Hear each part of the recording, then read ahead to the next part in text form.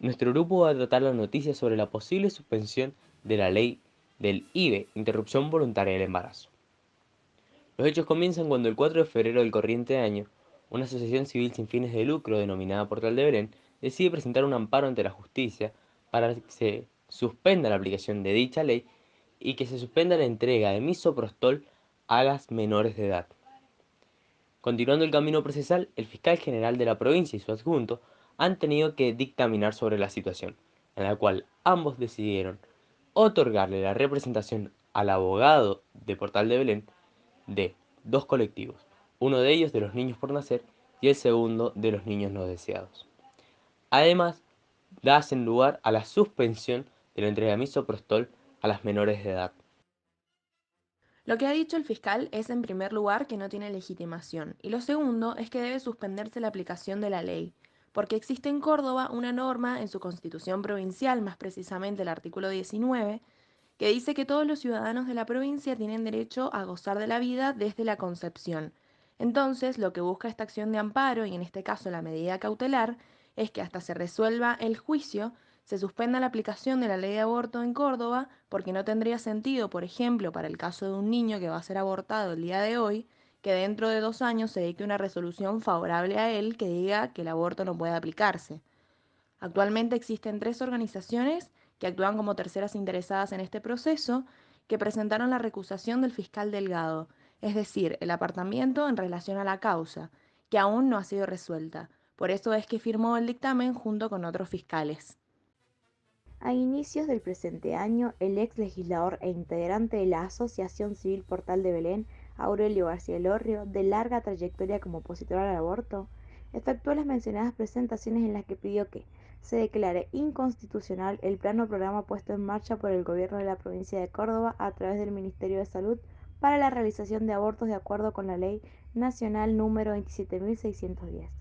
Además, reclamó que se declare inconstitucional respecto de las facultades propias no delegadas de la provincia de Córdoba relacionadas con el poder de policía de salud,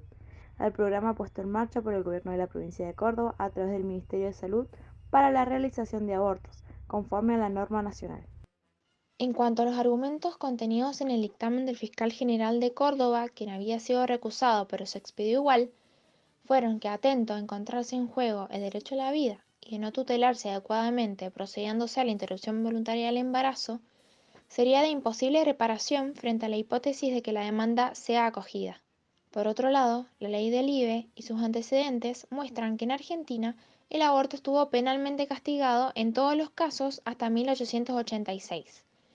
En 1903, en una reforma al Código Penal, se estableció que los casos de tentativa de aborto no fueran punibles.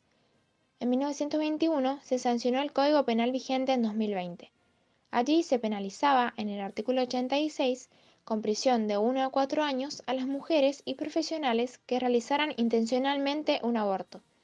Sin embargo, el Código Penal de 1921 estableció en dos incisos los casos de aborto no punible. El primero, para evitar un peligro a la vida o la salud de la madre, y el segundo, si el embarazo se debía a una violación o a un atentado al pudor cometido contra una mujer demente. El 19 de febrero del 2018, la campaña nacional por el derecho al aborto legal, seguro y gratuito organizó un tuitazo con el hashtag Aborto Legal Ya y pañuelazos frente al gobierno y un centenar de ciudades de todo el país, que sorprendió a la opinión pública por la masividad y la corta edad promedio de las mujeres movilizadas, identificadas con pañuelos verdes. El movimiento feminista en Argentina ya había demostrado un auge histórico en ocasión del movimiento Ni Una Menos, que encontró una continuidad en la lucha por el aborto legal y gratuito. La contundencia de la llamada Marea Verde hizo que el entonces presidente Mauricio Macri lo incluyera en la agenda parlamentaria del 2018 y el Congreso Nacional decidiera discutirlo en plenario, por primera vez en su historia. Pero aunque la Cámara de Diputados votó a favor de la despenalización, la de senadores rechazó el proyecto. Finalmente, la Ley de Interrupción Voluntaria del Embarazo fue sancionada por el Congreso el 30 de diciembre del 2020. A raíz de la ley sancionada, se produjeron modificaciones en el Código Penal. Por un lado, el artículo 3 establece la sustitución del artículo 85 y este dispone las distintas sanciones de la persona que causare un aborto. El artículo 14 habla de la incorporación del artículo 85 bis y determina que la persona será reprimida o en su caso inhabilitada si dilatare injustificadamente, obstaculizare o se negare, en contravención a la normativa, a practicar un aborto en los casos autorizados. Y por último podemos mencionar el artículo 15 que impone la sustitución del artículo 86 y este plantea lo relativo al consentimiento de la persona gestante. Con respecto a otro de los argumentos para la declaración de inconstitucionalidad del programa provincial, que decía que planea entregar el misoprostol a niños menores de 18 años en espacios distintos a centros de salud de alta complejidad. Y ello no es posible porque el misoprostol es un fármaco que causa mucho daño en las mujeres, más aún en las niñas, a pesar de las contraindicaciones que constan en el prospecto y sin consentimiento de los padres. El misoprostol es normalmente indicado a adultos para el tratamiento de la úlcera duodenal y para la prevención de lesiones gastrointestinales inducidas por la administración de antiinflamatorios no esteroideos. Lo que no se sabe es que es nocivo para las mujeres, ya que aparte de que el aborto que provoca no está absolutamente garantizado, no es el único efecto que puede causar a una mujer embarazada, sino también que puede provocar el nacimiento prematuro o defectos de nacimiento. Por ejemplo, uno de los efectos específicos que puede causar en el nacimiento de la criatura sería, por ejemplo, parálisis facial. La ley del IVE es inconstitucional porque nuestro ordenamiento jurídico tiene en las cúspides de su pirámide la Constitución Nacional y los tratados internacionales sobre derechos humanos reconocidos en el artículo 75, atribuciones del Congreso, inciso 22. Con respecto a la Constitución Provincial de Córdoba, es inconstitucional en relación a su artículo 19, derechos enumerados, y al artículo 53, que se refiere a la protección de los intereses difusos.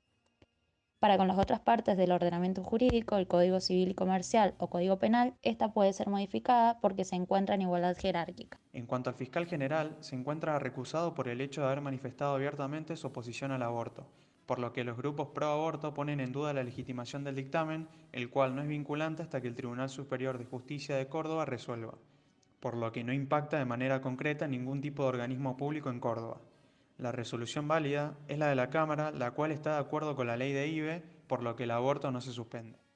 En nuestra opinión, el fiscal general Manuel Delgado y su adjunto Pablo Bustos Fierro, solicitando medidas suspensivas y apelando ante los rechazos en su pretensión por defender el derecho a la vida,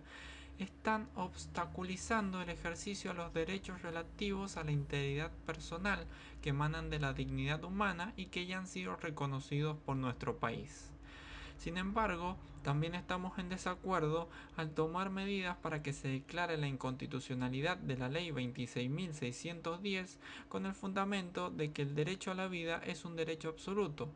pues es contrario a la interpretación del artículo 4.1 de la Convención Interamericana de los Derechos Humanos. En efecto, fue la misma Corte quien declaró que el objeto y fin de la Convención es permitir el adecuado balance entre derechos e intereses, por lo que no se puede alegar el derecho a la vida anulando a los demás derechos.